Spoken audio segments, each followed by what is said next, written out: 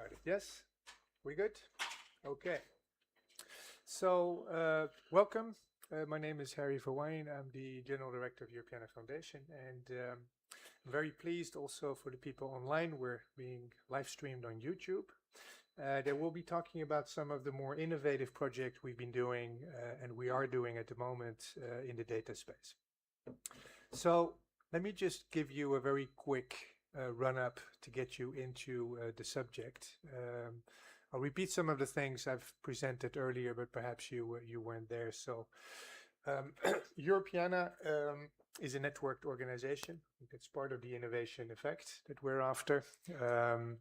We have close to 6,000 members that we work with in our ecosystem, and we work with several thousand museums, libraries, and archives across Europe.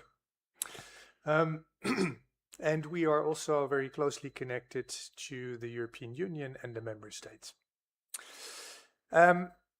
We are truly a networked organization. It's really an ecosystem. You'll recognize some organizations here that you may have seen before. Inception, I've got here, Photo Consortium, European Fashion Heritage Association are all Italian members of our consortium. The key thing here is that we're after the democratization of access of cultural heritage data. We've been speaking a bit about this in the plenary session earlier on. We take the word democratization quite seriously. I repeat myself, but digitization is the starting point, but making it accessible and reusable, also inclusive to minorities, for example, those are all aspects, critical aspects of the democratization process. So what we'll be talking about today is how we make that happen in the new constellation.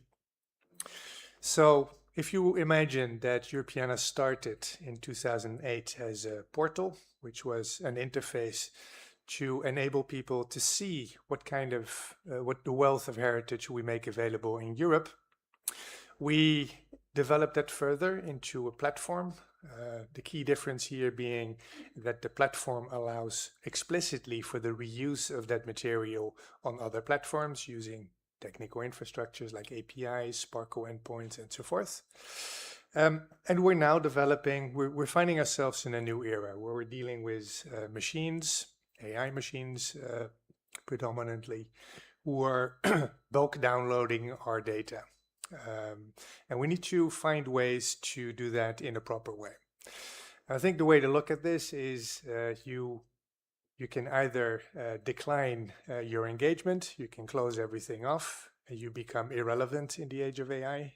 You will not be seen in the interfaces young people in particular use, or at the moment everything is as open as possible and it's a place where a lot of data gets extracted. We do not have any influence over how that data is being used, and that's the kind of thing we'd like to change.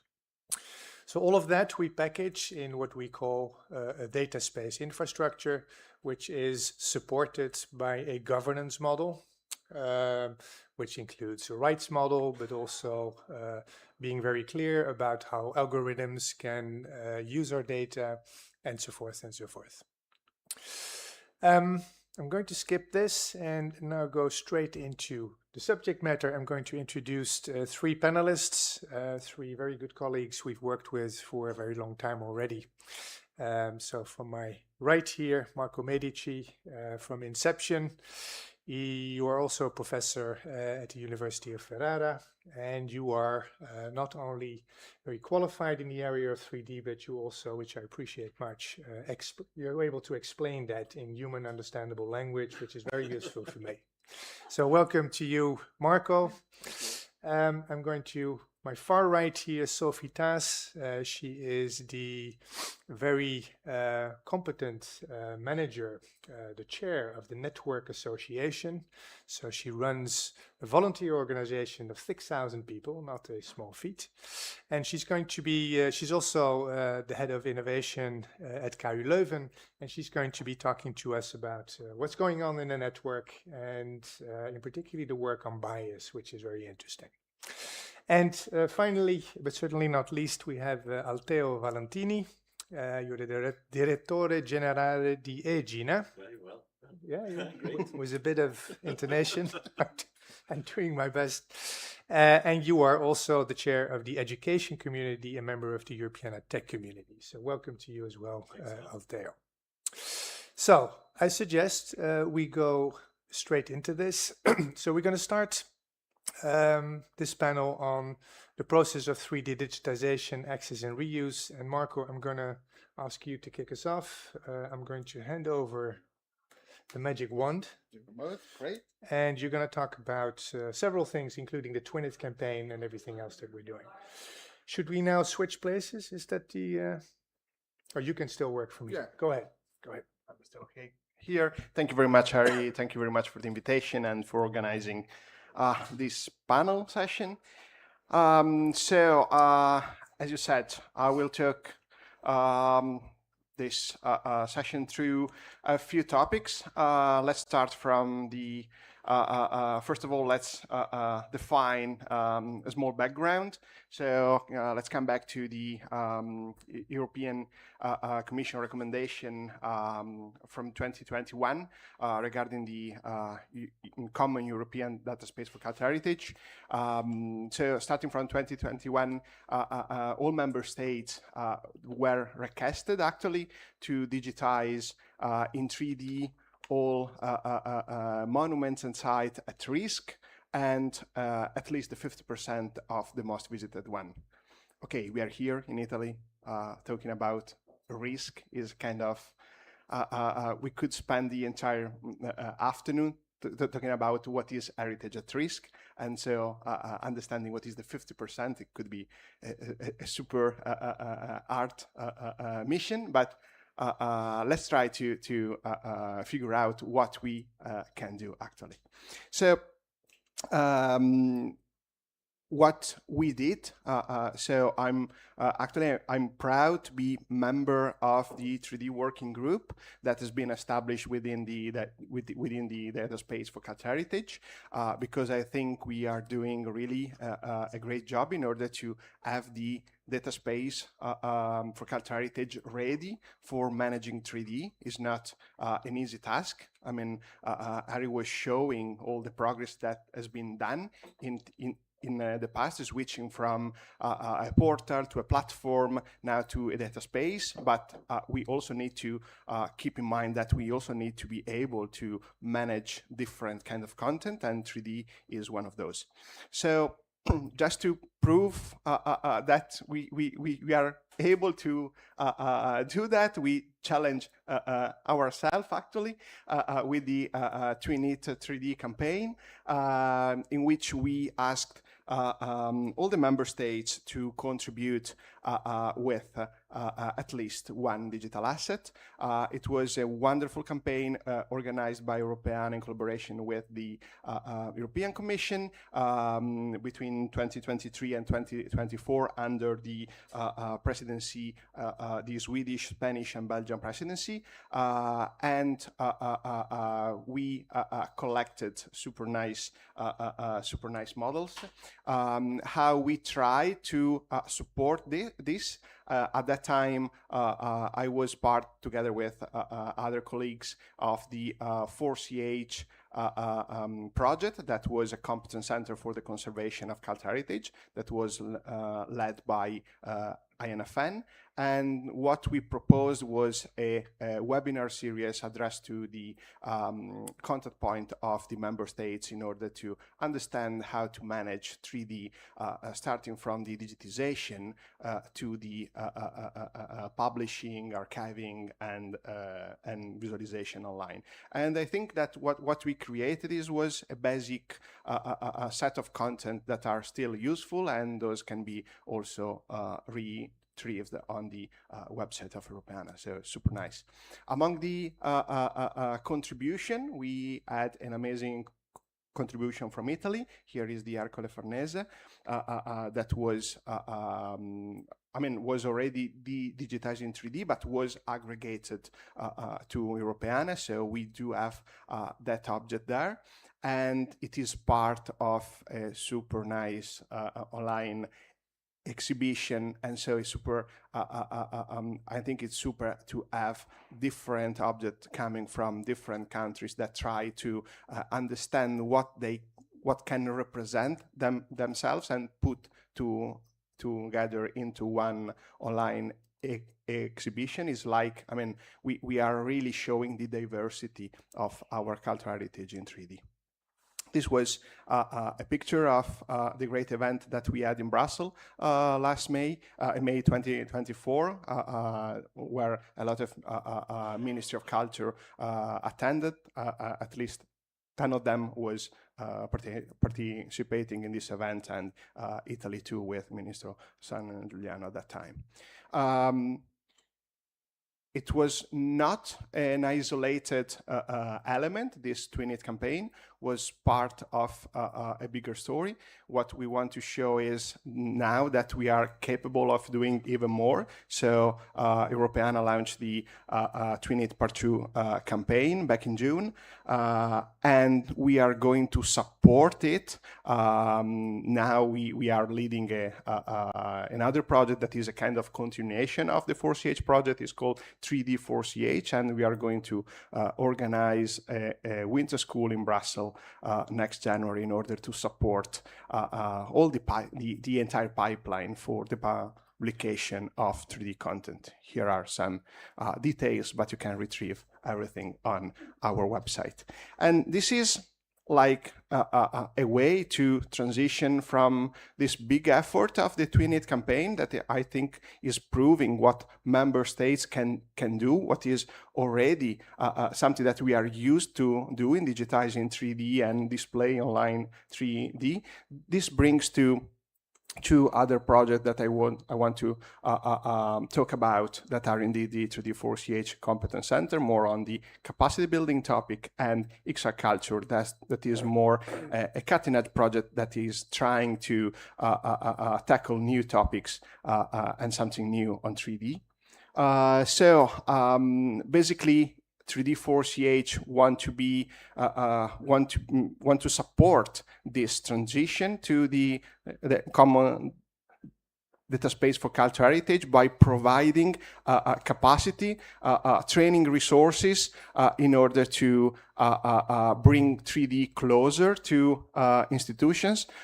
Just to mention that, for instance, in the winter school that we are organizing, we are basically targeting professionals coming from museums, because we do think that what we need to do is not only to train young generation on 3D, but train and upskill also technicians into our museum. Most of the time, what we do need for creating a super good 3D is to be able, if we think about photogrammetry, for instance, is to take good pictures. So we do have super good technicians in museums that can do that, and so let's try to give them also the tools to achieve also the 3D. So this is what 3D 4CH want to do. Is not starting from scratch, is building on previous initiatives and networks. So I'm pretty happy about that. Here we have in first row also Vania. Thank you very much, Vania, for being here, because I think that we also need to build on our networks like Iris and so on and so forth. So it's super important. We do have also strong focus because it was a specific request by the Commission also on Ukraine, because in 4CH we developed a specific program that was targeted to, at the very beginning of the conflict, was targeted to store into a safe place the knowledge that was already digital and was coming from Ukraine. Now we want to build on that. We want to foster the digitization in 3D in Ukraine and train people there, but we are also learning a lot from technicians that are coming from Ukraine in both projects. We do have a huge consortium in which we have one NGO from Ukraine, and they are really leading the 3D content creation. So we really need to focus on this exchange of knowledge. So 3 key pillars for 3D 4CH: training, capacity building, 3D deployment based on latest and most advanced technologies. Most of the time we do have some great research activities, and then we are not able to bring them into practice. So we also need to understand how to bridge that gap, and we are going to do that by an online platform that will be released in January next year. So what the Competence Center will offer: training resources, as I said, knowledge base on this platform will facilitate the collaboration, will support digital transformation, promote sustainability and specialized support. We are not going to do that in future. We are already doing that, because with this huge consortium, I cannot go through all the partners. Italy is well represented here, however, because we already did some nice activities that started last February. So we ran 2 surveys, one on training courses, materials and curriculum, and one on target groups of the Competence Center. There was some nice outputs from those surveys. For instance, 3D data capturing, the uses of 3D in cultural heritage, and data processing are topics that are well covered also in existing trainings. But for instance, access and licenses, uses of AI in cultural heritage data falls behind, really. So we do really need to foster the content creation, and those are new topics that we need to understand how to bring those into the current practice. Kind of a strange result that I want to highlight from those surveys, and was kind of surprising. 84.5% of respondents reported that they are covering both immovable and movable heritage in their training. So come on, let's say how we can think about having a training that is really targeted on specific needs if we are not distinguishing between capturing for immovable or movable heritage. So I think that here, for instance, the digital library is doing a great job, because they decided to have 2 different guidelines for those. So it's pretty important to have that distinction. We organized as 3D4CH Competence Center already some nice workshops. Here is one at the Europeana conference back in June. Or was it May? No, what June, right? Mm-hmm. So, another one in September. 2 of them in September. One workshop in Siena, and one roundtable in which we are gathering together researchers, professionals, in order to discuss about what is 3D for cultural heritage.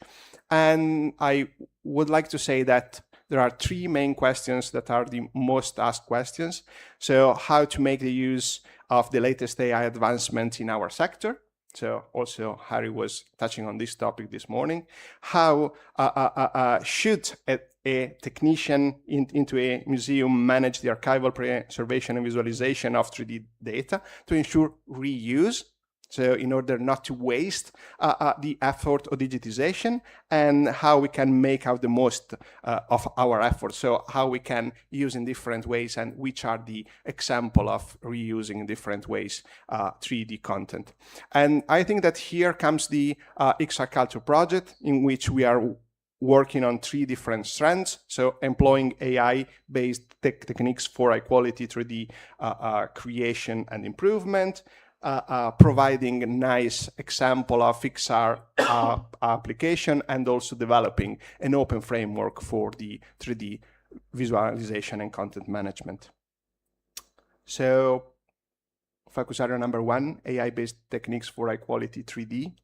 We decided to focus on what is called non-collaborative surfaces. So let's think about glass objects in our museums, gold objects, ceramics. Those are reflecting, are super difficult to manage with traditional photogrammetry. So what we are testing are NERF and Gaussian splatting. We do know that Gaussian splatting is not an explicit representation of the geometry. So you do not have surfaces, you just have points and something around it. I'm not going to go into details, but those are really better representation of transparent object, and then we will see a kind of an example. Or let's think about digitization that we did in the past. Maybe are super good in geometries, but then we have maybe low quality textures, how to improve them. Let's see if AI can help us in doing that. Oh, here we have, for instance, one, okay. Let's see a video afterwards. We involved a lot of Italian museums because the Italian Ministry of Cultural Heritage is partners in this story. So together with a lot of archaeological museums that are listed here, we focused on some super nice object, not easy to capture. As you can see, we are testing different sets. So turntables on dark background, on clear background, on transparent tables, and so on and so forth. What we are already digitizing are 400 objects, glass objects that will be contributed in Italy, only in Italy. I mean, we are talking about 1,000 objects across Europe, and so those 400 objects from Italy and the overall 1,000 objects will be published and aggregated to Europeana. And here is one of the examples. So if you think about traditional mesh with textures, you cannot achieve results like that. Of course, they are quite different from usual 3D. For instance, if you want to 3D print it, it could be kind of difficult, but let's say that if we want to represent an object, this is the way that we should look for. Just to go into the conclusion, those objects will be also incorporated into some nice XR scenarios and application on 4 different strands. So we will develop this XR for heritage at risk, in particular in Ukraine. So it is an application, an XR application that is exploiting Gaussian splatting for fast digitization. Let's imagine when our colleague in Ukraine need to leave a museum because of an emergency situation, and they are not sure that they can move those objects. So at least they can digitize those in a kind of easy way without relying on big tech companies. So working on something that is open source and it is for everyone. But it's not only super advanced technologies that can give us an added value. For instance, for heritage, for XR, for heritage tourism, we are developing with 8 selected locations among 40 different participants. We are selecting, we are developing holograms. So you have these small pyramids to put on a phone, and you can look. Maybe we should also have some videos here. Something like, okay, like this one, right? So you have those small pyramids, and you can see the 3D objects. So it's super nice if you can bring that back home with you once you visit a destination. And XR for dispersed heritage. For instance, among those glass objects, you have seen that we are digitizing some object in Ancona. Those glass objects in Ancona are Italian objects, yes, okay, but they should be from a collection that is from Zadar, Croatia. So we are trying to reunite, at least digitally, those collection. Maybe we will give back those objects to Zadar in, I don't know, 50 years, 100 years, but at least let's try to give them at least a digital copy of those in order to display those on exhibition. It could be a nice idea. And XR for education, we are talking about a lot of which is the added value. We want to prove it with some consistent metrics, and the University Politecnica delle Marche is working in this direction. Last but not least, the last focus area, an open framework for 3D visualization. It is what we call connecting dots. Most of the time, we do have 3D models we need to publish them on a platform, need to publish them on another platform. We are duplicating content. We are not able to retrieve with a viewer content that are on a specific storage. So it's a kind of a nightmare understanding how to visualize object. And most of the time, if you need to change the 3D viewer, if you need to change the storage, you need to reinvent the entire pipeline. What we are proposing is to develop an open framework in which everything is kind of disconnected. We have this middleware layer, so you can change different pieces, you can change the viewer without reinventing all the pipeline behind it. So those are the two projects on which we are working the most, and those are the two projects that we would like to have for contributing to the data space for cultural heritage. Thank you very much.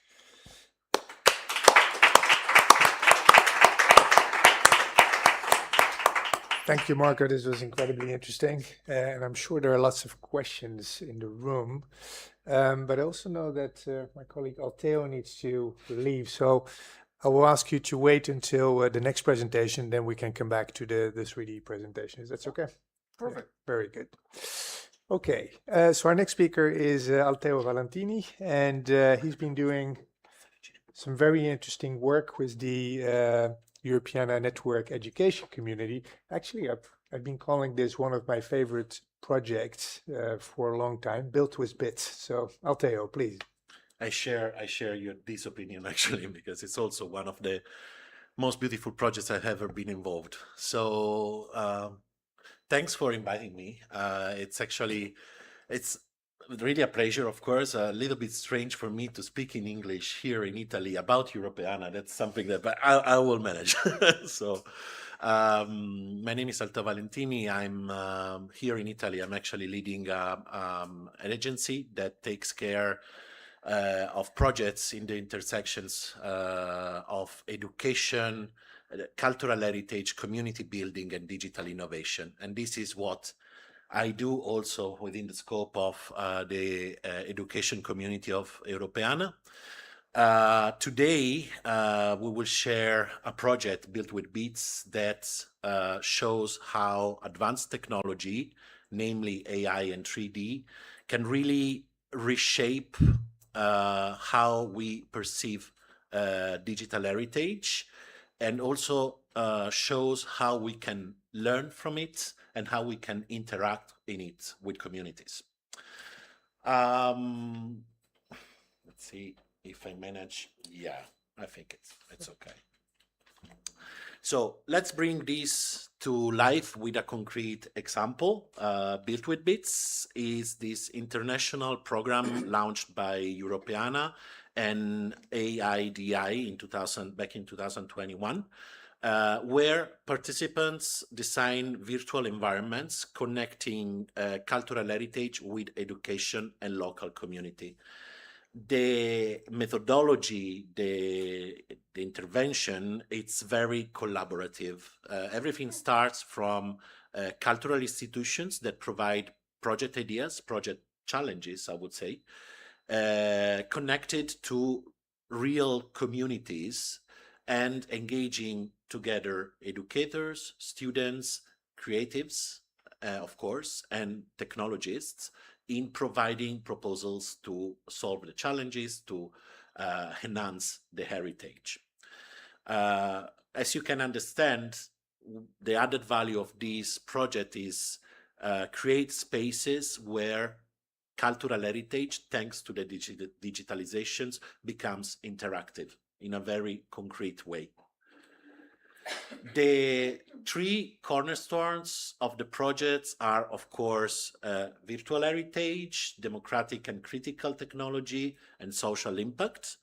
From one side, we use immersive digital environments to bring heritage closer to learners, also to the way they understand and they can perceive heritage in a language that is closer to what they speak.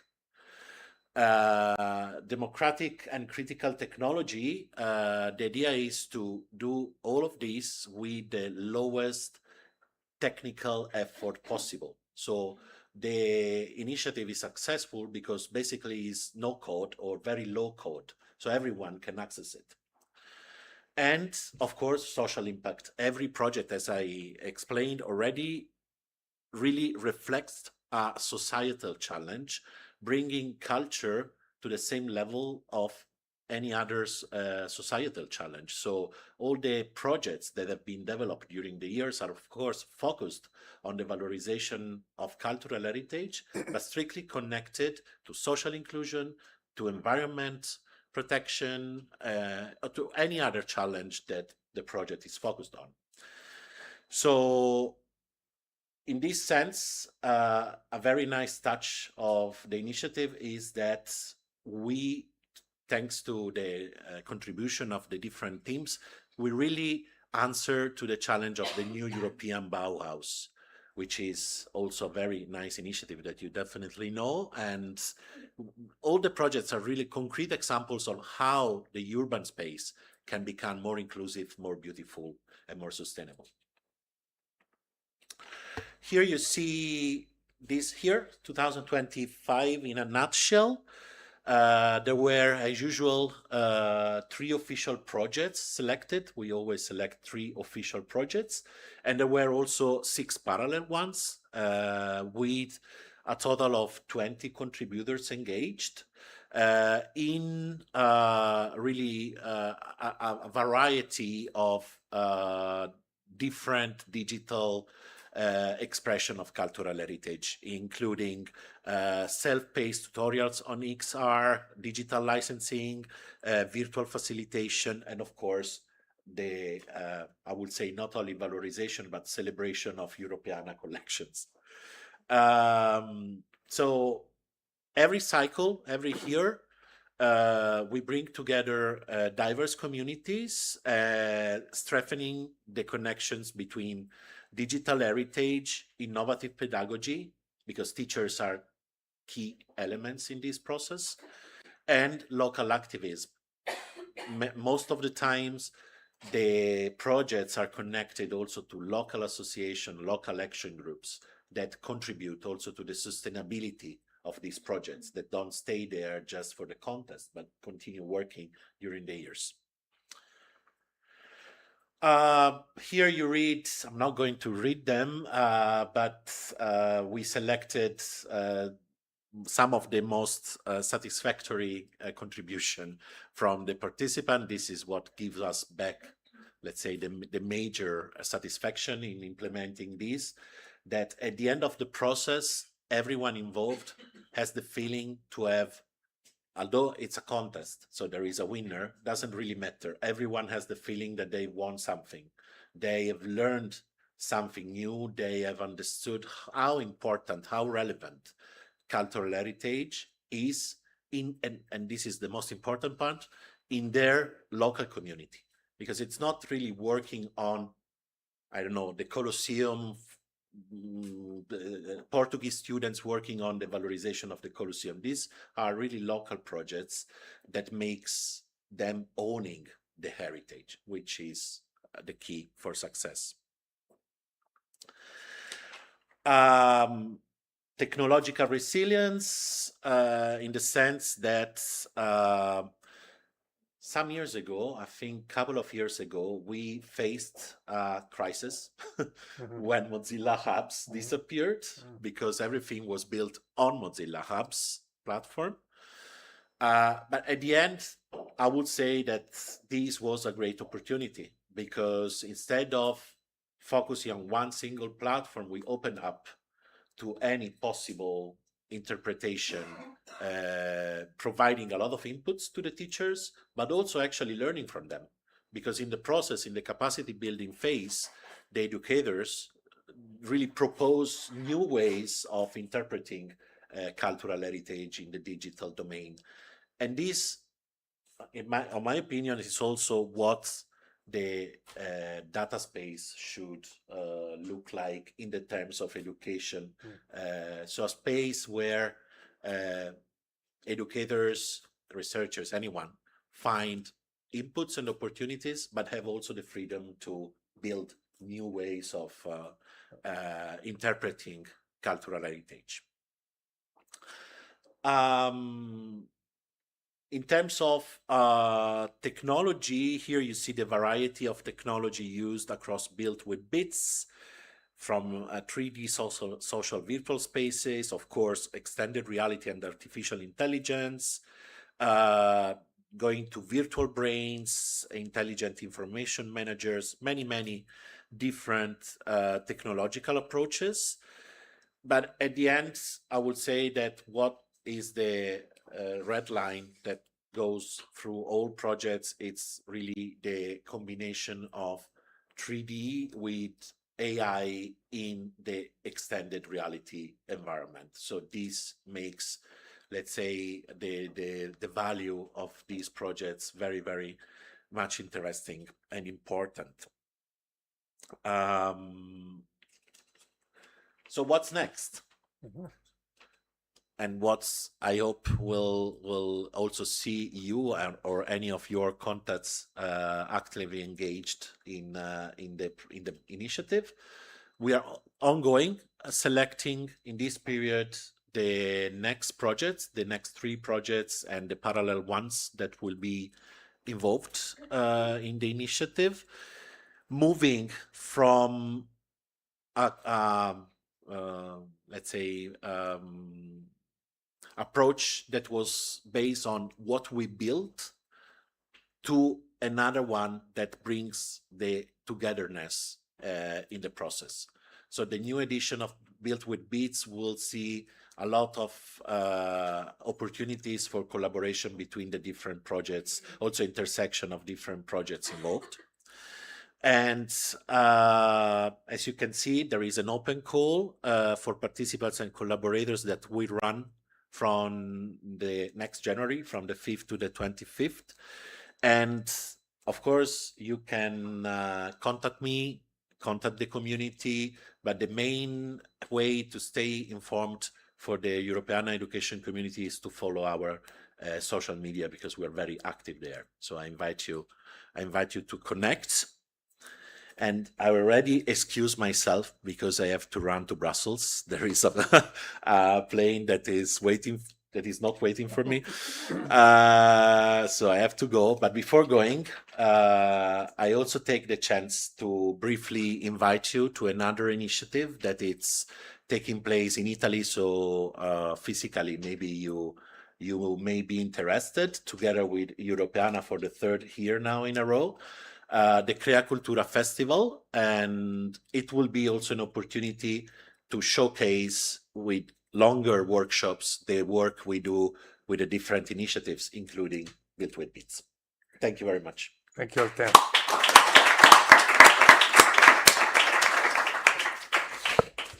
I'm glad. Thank you very much. It was incredibly interesting, and like I said, this is truly one of my favorite projects that came out of Europeana.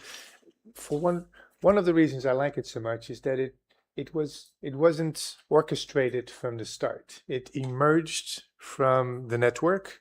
It was a bunch of people interested in education, meeting a couple of people in the tech community, thinking about, oh, what if we'd have some low-tech tools, we bring in a bit of content, and we help teachers build that environment, because that was the original investment, right?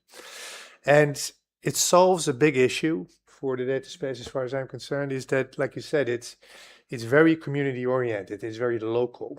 And that's always been one of the difficulties with the data space, how to engage with local communities. So I think it's really brilliant. I'm happy to know that you not have to run to Brussels. No. Fact. So you can well, actually... although it would be very beneficial for me, but it's not. So I think you should just catch your plane. Thank you so much, Altheo. Thank you very much. And to be continued.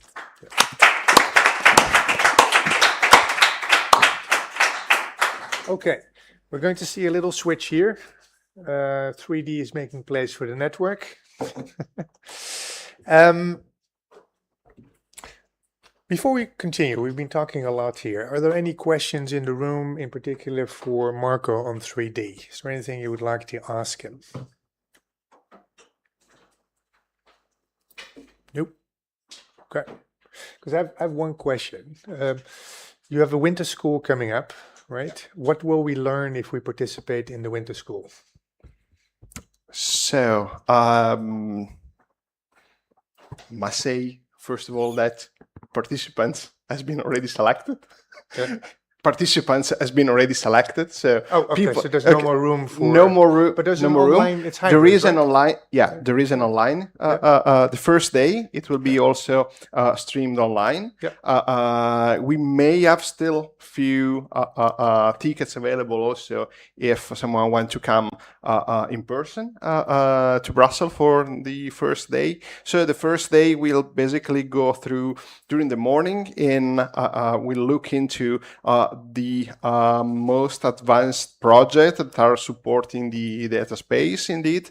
And in the afternoon, it will be really targeted to cultural heritage institutions and museum, because it will be kind of, we have 3 invited speakers, and it will be kind of a lesson learned. So we will have Albert Sierra from GenCat in order to explain what they did in Catalonia for supporting institution in digitizing in 3D.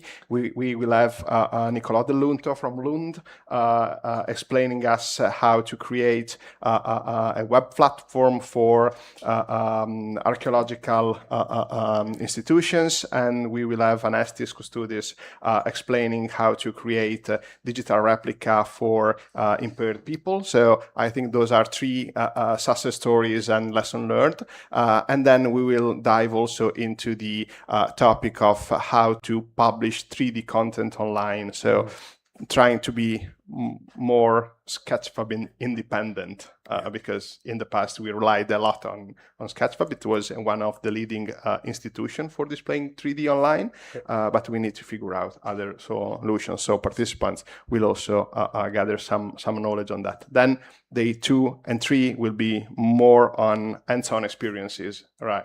Like really helping technicians from museum in taking pictures using small scanners in order to bring back home some really some skills for digitizing themselves. Yeah, sounds good. Sounds really interesting and important, in fact, because I think one of the issues I have with 3D, or that we have with 3D, is that because it's more complicated, the scalability of it is really at risk.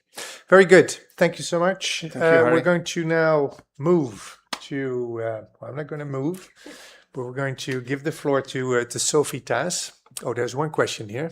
Let's, Certo, Sì. vai. Se no non sono in grado. Quello che hai parlato di una piattaforma che verrà lanciata poi a giugno dell'anno prossimo per diciamo promuovere il 3D, la creazione di 3D, la formazione di tecnici e altri target. Questa piattaforma, così come anche le applicazioni di XR, saranno poi inglobate in qualche modo in Europeana e messe a disposizione, e se sì, in quale forma? Super good question. Let's just make a short translation. The question was about the fact that I was speaking about a platform that will be launched, and this is the platform of the Competence Center. This first version of the platform will be launched already in January, and then throughout June and January it will be improved and changed. That platform will be for supporting basically the training topic. So it will be a kind of discovery platform, because for instance on Europeana we already have the Europeana Academy section that is really targeted to the need of Europeana right now, but we do know that there are a lot of institutions that are working on training topics and self-paced courses that are available online. So we would like to have one single place on which we can have the access to several resources to learn about 3D, and those content will be aggregated following the definition of specific training curricula that will be developed by the competence center. So then a technician can go there and see, okay, there are those available courses. If I want to build my curriculum, I need to attend this, and that. It doesn't mean that all the courses need to be developed by the competence center. It doesn't matter. Can be partner institutions or even external in a institution, and the platform of the competence center will act as an aggregator of those. On this topic of the training, then we will have a section on tools, so describing which are the tools, the most advanced tools for working with 3D, of course redirecting to the website of the institutions who develop that tools. We will foster, of course, everything that is open source, that can be reused, that can be that is compliant with licenses and so on and so forth, and this platform will also manage regarding the training a kind of certification of the trainings. For instance, also the participant to the winter school will achieve an open badge at the end of the course in order to digitally certify that they attended that course. Then the other part of the question was more on XR, how those XR application can be made accessible for the public. I think that this is one of the topics on which we are still focusing on, because it's kind of super difficult. For now, we do have most of the time some stores from big tech companies that are storing, let's say, XR application, or we may have some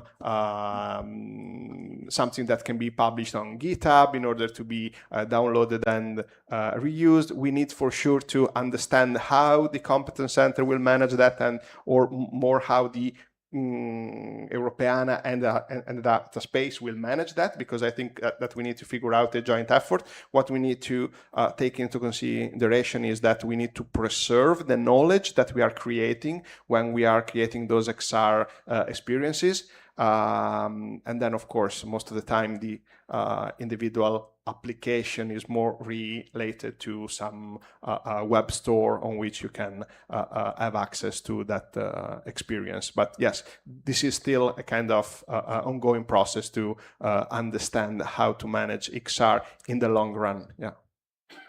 Okay, thank you. And apologies really for having to for asking you to speak English to your Italian colleague. That's really for my benefit and maybe for Sophie's, because yeah, we're all on the same panel. Very good. So I'd like to hand the floor to Sophie, and why don't you take it away? Thank you, Harry. Thank you for having me. Welcome everyone for this brief intervention about what I called here a vast ecosystem with a keen interest in innovation, but in fact it's a very warm network of volunteers, of individuals who all share the interest in digital cultural heritage. As Harry said, we are close to counting our 6,000 member. I'm very much looking forward to that point. Yeah, maybe the 6,000 members here in the room, who knows? Why not? So I will. I have a QR code for you to scan to become a member instantly. It's really easy.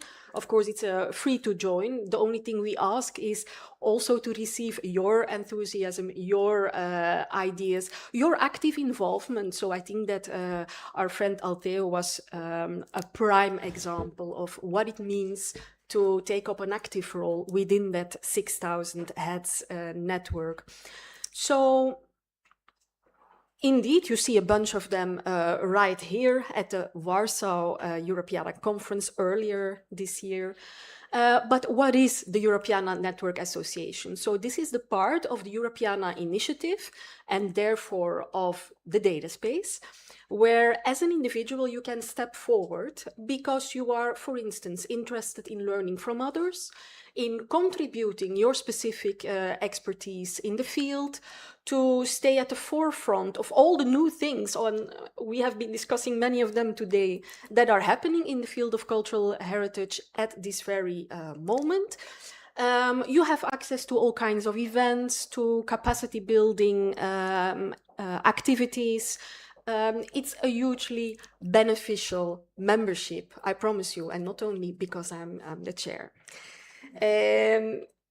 What makes this network so interesting is that all of its members, indeed, they are volunteers. So at certain points in time, people step forward to take part in activities, to champion the data space, to be a local ambassador to their own peers of what it means to be part of the data space or to digitalize access to culture.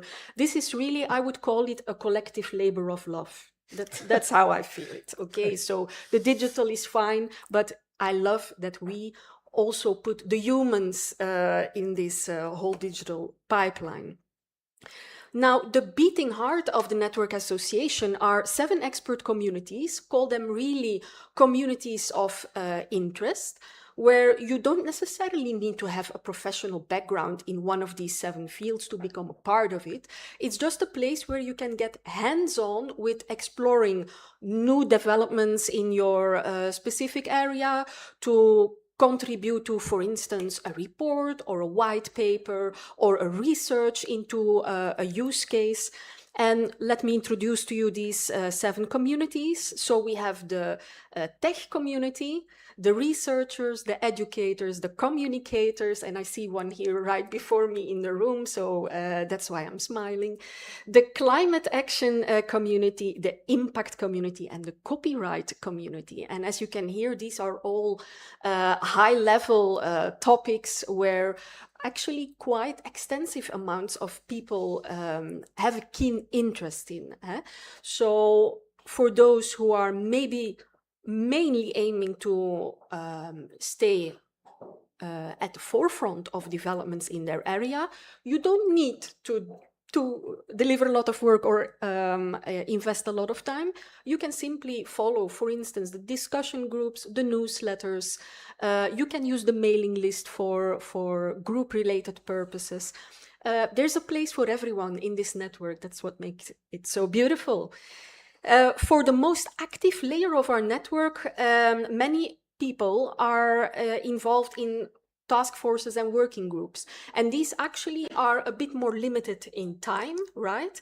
And have a specific purpose for exploration. For instance, let me pick here one, the Article 14 task force. That was a very specific effort on with regards to copyright, so an initiative by the copyright community. A couple of people come together, they set themselves an objective and a time scale, and they go for it, and they produce results that then get taken up by the sector. All of this, I repeat it, in a volunteering effort, so driven by a passion for the topic. Here is that long-awaited QR code. If you are not yet a member, capture it. Please subscribe. It will take you not even 5 minutes to register, and you choose the communities of your preference. So immediately you'll be able to become a part of the conversation. I'm already counting 5, 6 aspirant members taking pictures, so yes, we're maybe doing well. Let me go back to this code, Harry, while maybe you build a bridge to that next topic that we wanted to introduce. Yep. So the next topic we're going to introduce is the work on AI, which is something that I think most people in this room will be one way or another at least interested in. And the network has been taking the initiative to see what we would now call the alignment assembly for AI and cultural heritage, where we are exploring, what are the kinds of, how do we feel about this subject, and what are the kinds of dilemmas that we're facing. And once we have that, and Sophie will talk a bit about that, we can then dig into that and start developing positions that we can then debate and ultimately come to real solid positions on. So Sophie. Yes, the reason why we are connecting it with the network is that we see that all across sectors adjacent to or directly related to cultural heritage, there is this huge momentum for AI. So I feel very much that we are on the brink of a broader adoption of AI, but that the sector is really asking for proof, for demonstration of a good fit of AI technologies for cultural heritage as a specific area. So what we want is actually reliable technology that values our data, our metadata with due diligence. We would like to see our values as an initiative, but also as a sector, I think. We would like that represented in the way that AI functions on the data that we make available. So there's all kinds of reservations still. So we thought, as a data space, we need to be thought leaders when it comes to AI adoption, but we first need careful reflection on what that means, aligning it with our values. So now that this whole ecosystem of AI is developing, we believe that the urgency is there to invest time and effort in AI as a core topic, a topic that concerns all of these communities that I've just proposed to you. I think most of our members are keen to find out what cultural heritage can do for AI and what AI can do for cultural heritage. And of course, with the emergence of the AI factories, the antennas, the giga factories, we feel that we need to speed up and need to be extra efficient in our conversations. This is why we organized the discussion as an alignment assembly. So what does it mean? We are looking here for positionality of the Europeana initiative, of the data space, and of individual and sectoral stakeholders versus the ethical, the responsible use of AI. This all started with, well, not started, but the public-facing part of this alignment assembly took place earlier this year when we used the Polis platform to organize a bit of collective knowledge gathering. So it was a collective exercise in which we initially posted 20 statements on which we asked participants to cast their votes. Right? So do you agree? Do you disagree? Or are you uncertain? And I think, Harry, this was a really interesting way to approach these votes, namely to not only see how many % of people said yes and how many said no, but also how do the answers that they provided, how do they cluster together to personas, to sorts, types of positionality. And in the end, you can see, as participants were also able to add their own statements, that we ended up with 54 of them and over 10,000 votes cast.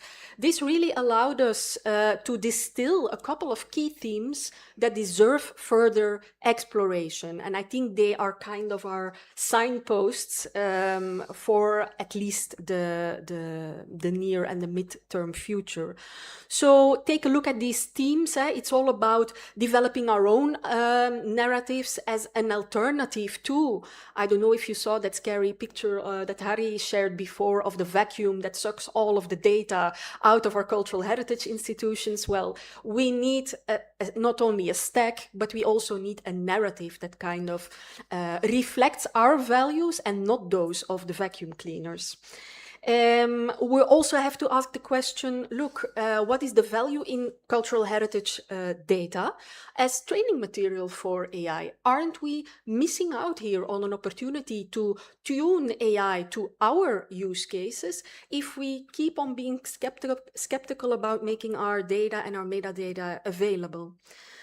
Climate action and taking it seriously is, I think, of huge importance in the scope of AI. The thing is, we are not there by any stretch of the imagination. So we are still trying to put a finger to what that actually could entail. Perpetuation of harmful biases in AI, I think it's one of the greatest sources of skepticism within the sector, and rightfully so. Unfortunately, we've all seen proof of that already. So counteracting and again providing counter voices and counter movement, that is something we need to actively invest in. Of course, capacity building AI literacy is hugely important. We always use the idiom of training the trainers. I think in this case, if we don't help build that capacity within cultural heritage institutions, how do we expect a broader sectoral adoption that goes to all layers of stakeholders? We need to think carefully about forging alliances, also beyond our sector. So maybe there's something to be done with these big tech companies that is mutually beneficial. And then finally, for which use cases is AI really performative and beneficial? Can we more clearly make a distinguish between which use cases we want to focus on as a community, as an ecosystem, and which ones are perhaps less fitted to our kinds of activities? So we took these 7 key themes and we took them to a workshop in Copenhagen end of October, where a nice bunch of people representing the different network association communities, and we really took our magnifying glass and tried to at least start to flesh out some of these. And you can see that a lot of post-its died in the process, but also yielded some crucial insights, some first steps taken forward, without having solved all of these dilemmas that I proposed. At least we are finding ways to discuss them with a wide group, actually, of stakeholders. And this is what we aim to do in the next couple of months, to broaden that circle of people actively participating in these crucial conversations. While we are doing that, this is really the policy-oriented, strategic kind of work. We are also already fleshing out our very own use cases with some people and some organizations that I would call them dinosaurs in a loving way. I consider myself a dinosaur after 13 years in Europeana projects. Well, I want to introduce to you the AI-driven tool devised by the Deep Bias project. So you can hear that it already tackles one of these 7 themes. I have here my 2 hats on. Europeana Network Association was keenly invested in this project, as Europeana represents 61 million digital objects. You cannot imagine, because of the vast volume, how difficult it is to get an insight in the use of language in descriptions of these digital objects, right? How are you going to make sure that a community is well represented, is adequately, vocally represented in the metadata to their own collections, the collections that represent their cultural identity? It's a huge problem that many institutions today incur, especially as we see that a lot of let's say archives, libraries, museums now have a mission to push their collections online as soon as they digitize them, without often having the opportunity to revise the legacy metadata. And these often contain expressions that we really don't consider to be appropriate anymore. That, in fact, was the key idea of this group of institutions. You can see a couple of them that were also mentioned in Harry's slide. So my university, KU Leuven, was there as an academic partner, but a couple of the Europeana aggregators are also represented here. For instance, the Deutsche Filminstitut und Filmmuseum in Frankfurt, the Institute of Sound and Vision in the Netherlands, the European Fashion Heritage Association, which is indeed based here in Italy. And I also want to highlight for this audience specifically the partner ECOM. ECOM is specialized in policy making and policy frameworks for participatory cultural activities. And really, they were a crucial component in this community-oriented and community-driven project. It was funded under the Digital Europe program. We are still hoping that this program one day will fund again projects in cultural heritage. But the finality of this short-term project, only 2 years did we get, was to support the Common European Data Space for Cultural Heritage with a tool, a service, a methodology that other sectoral players could go on to use. So I already sketched out a little bit the intention here. The intention was to allow both Europeana, or the data space, as well as individual institutions that have cultural heritage collections to scan quickly in a really easy workflow the use of language in the descriptions to their digital objects. And in order to do that, our adagium was nothing about us without us. So we tackled a couple of types, and I will introduce them to you in a minute, a couple of types of community heritage, but we made sure that the community was every time in the loop of our activities, from the very start of the project, the start of those 2 years, until the very end, and even now. The project has already ended December 2024, but it is still actually going strong. So in all of my years as the Europeana dinosaur, it is undoubtedly the project that has resonated the most within the sector. And this is why I'm also keen to continue it under a hopefully follow-up funding that we will be working towards. We set forward and we accomplished all of these goals, namely develop a typology of bias, because in order to detect it, you first need to know where can inappropriate use of language occur in the description of cultural collections. We developed a methodology into how to engage meaningfully with heritage communities, especially minoritized and underrepresented communities. We co-created a vocabulary, a multilingual vocabulary in 5 languages, among which Italian, of contentious terms that also offers context. So the main aim here was not to replace a bad word with a good word. I mean, that would have been super simplistic. The idea was to flag to collection owners or stewards that potentially harmful content is included in the descriptions of the objects. And I will show you a couple of examples. If you can then add some historical context that explains why a certain term is flagged as inappropriate, then you are building capacity and understanding with the people who actually read it. That was the main idea. The vocabulary went on to inform an AI-driven tool, which Europeana has embedded it now in their workflow. All the collections that are aggregated and that come in are vetted for correct use of language. But also as a heritage institution, you can use it as a standalone tool without sharing your collections with anything or with anyone. You can perform the same analysis. We focused on 3 heritage themes. Migration and the colonial past. Actually, this was what KU Leuven, my university, focused on, as well as the Netherlands Institute for Sound and Vision.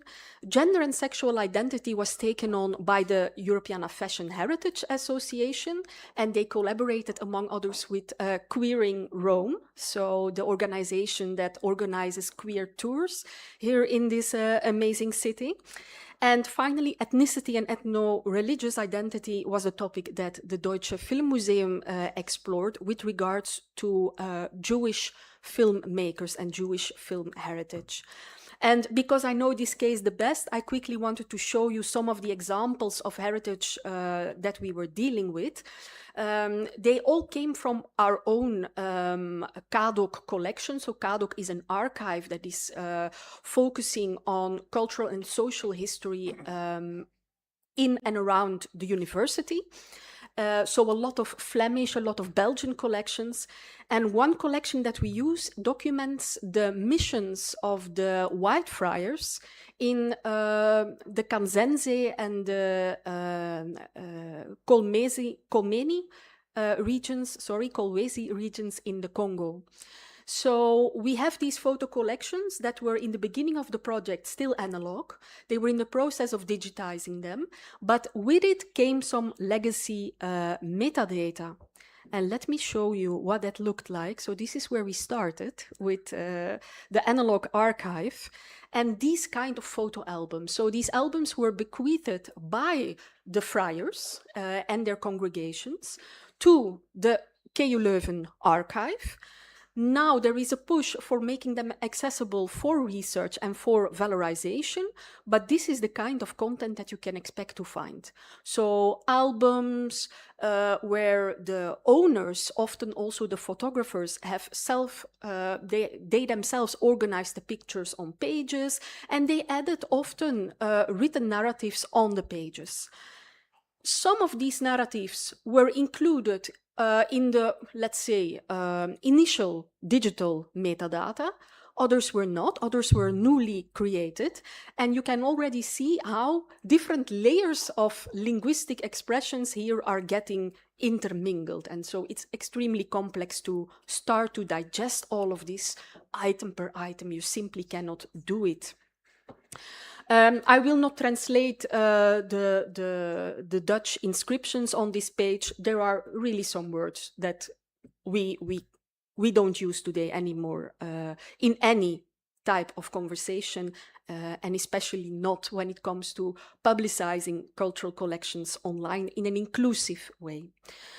Here you see some other examples of what we encountered. So some of these pictures also have inscriptions on the back. They have stamps from the time, the point in time when they entered from private possession into a public dimension. You have some archival metadata that have been added. So all of these layers are to be taken into account when it comes to assessing their appropriateness. One final example that I want to share with you is, again, on the left, that picture that comes from our archive that made clear to us that exercises on bias should go much further than flagging words. It is one step, but it should be a step in a full cycle of checks and balances. Because what happens here in the metadata with this picture, it says, original inhabitants fully dressed with their spacious villa. I can deploy any tool that I want. There is nothing wrong with any of the words in this metadata. It's the inappropriate intended humor that was used, right? So I think any follow-up project that we would want to do needs to go deeper in these subtle and these gray shades of bias. What we actually did in the case of KU Leuven is we worked with two parallel teams. One team was, you see them here at work, a team of interviewers from the University of Lubumbashi. We took them on as a partner in the project that the university funded for themselves, because we were not able to do that through the funding program, unfortunately. But we sent them to the regions that are represented in the pictures to collect stories. A lot of people had lived actually still in the colonial era, or knew some of the infrastructures, some of the buildings, some of the people that were shown in the picture, and we collected their stories in, I think, about 800 pages of written interviews. We took that context back to Belgium, where we collaborated with a focus group from the Congolese diaspora, often second, third generation already. And we asked them to review the existing metadata to the pictures, taking into account all of the stories that came out of the interviews, and adding their own layer as a different dimension of the same heritage community. And this really, I must say, was a rewarding experience, I hope, for everyone, where in the end, the bulk of pictures that we were able to address, it didn't go in the hundreds or the thousands of pictures. It was a small collection that we were able to flesh out together, but what a difference it made for the narrative power and the narrative capacity of this corpus. The vocabulary is there for you all to consult, even to contribute to. It's a dynamic set of words, 600 in total at the moment in 5 languages, but we are looking forward to keep on expanding it. The good thing is that the European Commission has kind of adopted our vocabulary, so it's being kept alive and updated on VocBench. This is also where you can access the vocabulary if you like. We have a knowledge hub, by the way, on Europeana Pro, and anything that I present here, the vocabulary, the typology, the methodology, the tool, you can find every single thing on that hub. For the amateurs among you who are interested in the technical aspects, I'm very happy also to liaise with you towards our technical team, Dataptron, National Technical University of Athens, and ThinkCode, who have developed on the basis of this knowledge graph. They have developed this kind of system where indeed some key NLP procedures are performed on the metadata. They deliver to you a sort of a report raising a red flag for potentially problematic collections that need further revision, that need further work, and that should not be pushed online without further consideration. This is what it looks like. Again, a warm invitation for you to either try it out or to drop me a note so that we can look at your own use case and we can see how to best deploy the tool on your data. And this is what you can expect in return. So you will have highlighted words that potentially are harmful. You get a link to a unique identifier of that term within the VocBench application. And then you get an explanation of what is actually the contentious term, as well as the sources from which we furnished this description. As a cultural heritage institution, I think this is also important. Namely, you get a complete analysis of on which words that your collection kind of hit some issues. And for the end users of Europeana EU, this is what you see. You will see a kind of tag on inappropriate words, like half-blood here in the example, and you will see this pop-up that provides you not only with the contentious terms, but also with the possibility to link to an item page where all of the information from the vocabulary is gathered. Voila, and here once again, this knowledge base on Europeana Pro. Do we have time to hear our audience's views?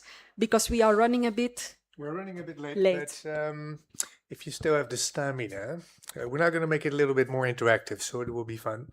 We'd like to pick your brains so that we also collect a bit more new data for the alignment assembly.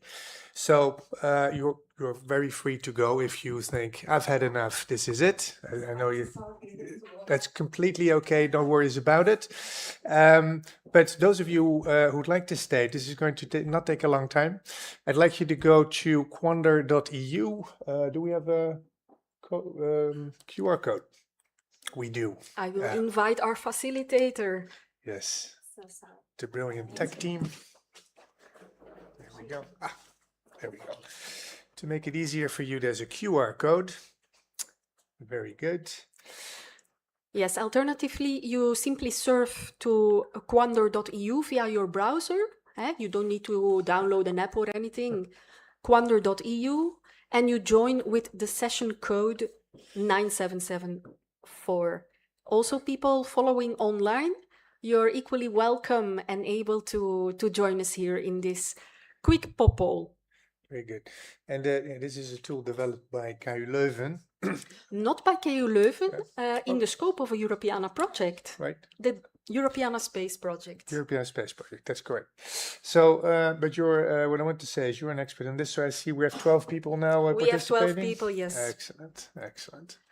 And so, people can still join even within the next couple of minutes. You only need to remember this code 9774. okay, 9774, we're there. Shall we just give it a shot? Very good, thank you. Okay, so we'd like to have your view on a couple of questions. And this one is about the responsible use of AI in the sector. So when it comes to AI, you can also hear three answers to this question. You could call yourself a boundary setter. You're a little skeptical about the use of AI.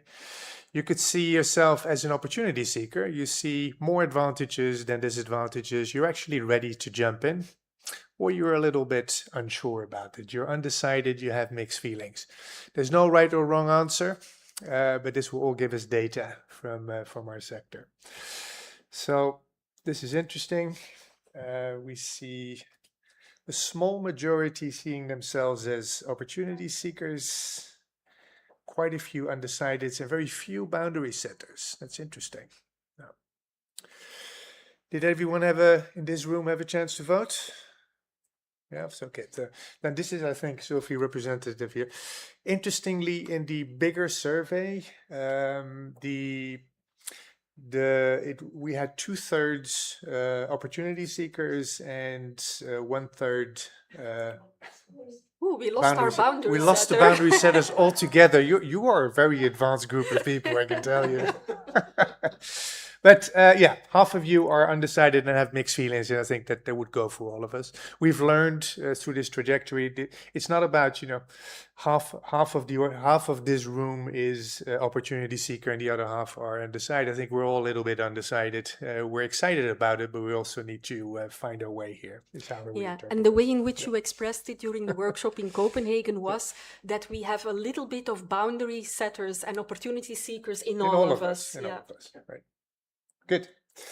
The next question here, and you can put a dot, is about your position of the use of AI in the cultural heritage sector.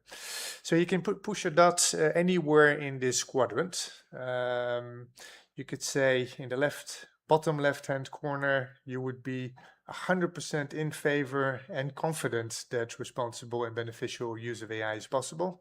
That's the very optimistic version. And the right-hand corner here is the most skeptical one. You're both afraid of the negative effects and you're extremely skeptical about the beneficial use is even possible. And again, I think we're seeing you're advanced here in Italy. You're not so afraid and you're quite confident about the use of AI. That's really great. If anyone wants to comment on this? Vanya? No? Where did you put your dot? Yeah. Well, I think it's a real opportunity that is online. Yeah. I mean, the question is how to use it in the best possible way. Correct. Our things. Of course, yeah. Yes, And the orange one. you're the orange one. You're the first one that put the dot in. You led every other one to in your corner. That's great. Yeah. There's one person who's quite skeptical. Does anyone wants to react to that? The skeptical people. The pink. The pink. The pink Can I dot. Yes. comment? Sure. I think that the vertical axis, I mean, I am very confident that responsible and beneficial use of AI is possible, but I'm also afraid of the negative. I wouldn't see Okay. them as opposites. Yeah. Yeah. Because I mean, we can have a very negative, also because the use of AI is so broad in every aspect of our life. I can Absolutely. have like a very good and beneficial use of AI, maybe in my specific work Yep. endeavor. Mhm. So I use it for my, I'm a cataloging professional. Yeah. But then I don't know, some recruiting agency is Yeah. using an AI algorithm to select me and is preferring someone else for the data that they have online because Yeah. they cured a lot better their online presence. And maybe I want to share my personal life on social media, and this Mhm. is not good for the AI algorithm. So I think that both can be at the same time. Yeah, I think that's a Both great they can be comment. true at the same time. That's a great comment. I think there's a tension field that we all feel. As in some cases, yes, in some cases, no, and we need to figure out in which, for which cases these things are most useful. I would agree. Yeah. It's something that we extensively discussed in Copenhagen. It's the conditionality, right? Yeah. With involvement in AI. So it's also about setting boundaries in a way. Yeah, and well, let's continue. The next question is, and this is to do with the 7 topics that Sophie already highlighted. Which of those themes interests you most personally? So, quick reminder: it was about the narratives, it was about biases, it was about heritage as training material, climate action, building capacity, and Alliances. oh yeah, the alliances. Which of those interest you most? I'm not sure how we see the answers here. How should we interpret this, Sophie? It's I actually disabled peer influencing on this question, so you Okay. cannot see what others are voting for. Okay, I'm hoping that if you move forward, we see the we result. see the results. Okay, so there's one more vote to go, but well, let's see. Ah, No. we don't. We don't. Hmm, Oh, that's weird. okay. I will know the results because I'm at the back end of this application. You're an But administrator. It will be Yes. useful data for us, Yes. so no worries about it. Okay, next question is: being open means accepting every form of reuse of our content by anyone ever. This is an assertion. Do you agree? Do you not agree? There must be a golden middle way, or you're unsure. Okay. It's a world of purple. Mm. I knew that this was going to be an escape route. The golden middle way. Sounds so great, eh? Okay. Very good. The right answer. Hmm? I mean, there must be a golden middle way. Sounds to be the right answer, the only answer possible, right? Yeah. We just need to find it. Yeah. We just need to find it. Somebody agrees with this though. Being open means being open. There's a purist in the room, which I like. Does anyone want to comment on that? No. Two purists. You're a purist. Oh. Great. I like that. Yeah. Yeah. Yes, why not? I Yeah. mean, it's an added value for everybody. User who uses data. Yeah. We have seen now. I mean, it's obvious, but we have seen the consequences of the open data during the COVID-19 for developing. Sure. I mean, so for me, why not? Being open means accepting every form of reuse of our content by anyone. Yeah. I really like the idea. I mean, if I'm, for instance, if someone reuse your data, if someone reuse your content, you are feeding the society, you are contributing to the growth of society. So why not? I mean, Yeah, no, that's it's, definitely a position to take. I'm not adverse to it. It's been discussed a lot in the last 2 years in the context, it's called the paradox of open, right? Yeah, exactly. We make everything open, and a few companies on the other side of the pond benefit most from it. Was that the point of being open? Would be the discussion point. So, well, I've presented a paper we written on the subject where openness is still open, but then you would pay for the service in certain cases. So there's also something, a debate around Creative Commons. Creative Commons has developed a new tool called CC Signals, where you can indicate what you want AI to do or not to do with your content. It's also quite a debated topic. So I think these are the kinds of discussions we'll need to have in the coming period. Yeah. Yeah, but Ari, just a question. What you showed this morning in regarding that paper, do you think that also that differentiation by always open for individuals, or I mean, under some conditions for kind of bulk download and so on and so forth, is going under the golden middle way, or you put it under? Yes, I do agree with this sentence. I would say it's called the middle way. Okay. This definition says being open means accepting every form of reuse of our content by anyone ever. Okay. So, and I'm in the paper we say under certain conditions, if it's a machine bulk downloading and hitting your service hard every day, you should be able to put some conditionality for the service, not for the content. Yeah, indeed. Yeah, I do agree. Yeah. Thanks. But I personally think that the principle of openness should stay. Yeah. We should never reconsider that. That would not be Absolutely. useful. Yeah. Okay. So either the last one or the pre-last one. If we make cultural collections available as training data, what is it that we would want in return if we would put some conditions on it? Is it about credit? We want to have we want to be recognized. Is it about storage space? Something a lot of people want. Is it about computing power? Do we want money? Or do we, the use of the algorithms, tools, services developed on the basis of our collections? Could you explain that one? Yeah, so what actually happens, what the training data is informing, this is something that we want to have a license to go on and use ourselves. Right. Yeah. Good. Okay, great. So I was hoping that we get this. This is quite a rainbow result. Yeah, it's a beautiful picture. So there's lots of different things we could ask for it. Lots of people like the idea, or maybe 3 at least, the use of the algorithms. I think credit where credit is due, I think, is also something that we've always desired, right? Attribution, even with public domain content, is something that I think is just showing respect to the people who created the data and stewarded it. But now, at the very end, money comes back as the number one. And why not? And why not? We shouldn't have so many reservations about that. No. Now, money is not a dirty word, and I think we in our sector we're being underfunded for the kind of work we do.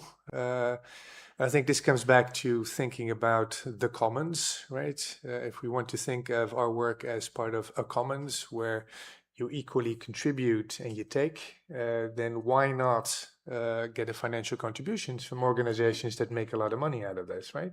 It's not a bad idea. Yeah, sounds like a good idea. But let's say also, let's make somehow mandatory to reinvest those money in something useful for everyone. Yeah, but that's what I mean. It's not money directly to the data provider, but to the commons, whatever that may be. Could be the digital library here in Italy. Could be the data space. Yeah. So it's not a quid pro quo, but it's a fair contribution to what you're taking. Absolutely. Yeah. Okay, good. We have one final question. Okay, so final question. How likely is it that your institution, where you work, organization will be using AI application within the next 6 months? You can grade from 1 to 10, Yeah. 10 being extremely likely. Okay. So lots of high scores, average of 9.5. So that means that we all need to deal with this, right? Both on a personal level, as well as an organizational level, as well as a sectoral level. And I think it's important to make those distinctions and also make them aligned towards each other. Okay. That was it. Thank you so much for playing. This is really useful data for us. I hope this was enjoyable and informative for you as well. So thank you very much. And I'd like you to give a big warm hand for panelists, also for Alteo, who's now on the plane, I hope. And thank you for joining us.